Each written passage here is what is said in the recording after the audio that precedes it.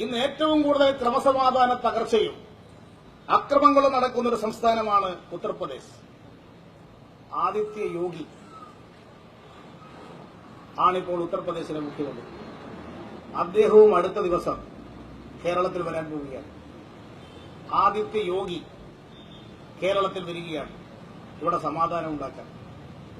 സ്വന്തം നാട്ടിൽ നന്നാക്കിയിട്ട് പോരെ ആദിത്യ യോഗി ഈ കേരളത്തിൽ വരാൻ?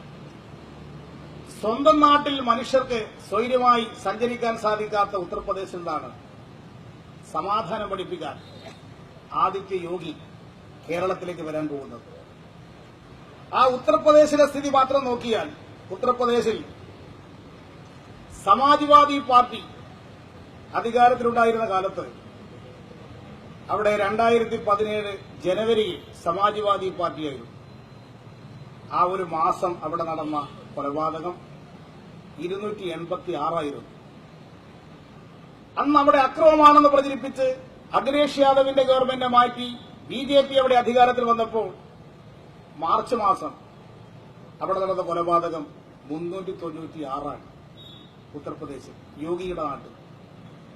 ഏപ്രിൽ മാസം 399. ഒരു മാസത്തിലാണ് ഇത്രയധികം കൊലപാതകം ഉത്തർപ്രദേശിൽ നടന്നിരിക്കുന്നത്. ബലാത്സംഗം യോഗി വന്നപ്പോൾ ഉത്തർപ്രദേശിൽ മാർച്ച് മാസം 379 ബലാത്സംഗം, ഏപ്രിൽ മാസം 393 ബലാത്സംഗം. സ്വന്തം നാട് നന്നാക്കാൻ കഴിയാത്ത യോഗി കേരളത്തിൽ വന്ന് പിണറായി വിജയനെ സമാധാനം എങ്ങനെയാണ് ഉണ്ടാക്കേണ്ടത് പഠിപ്പിക്കാൻ കേരളത്തിലേക്ക് വരാൻ പോവുകയാണ്.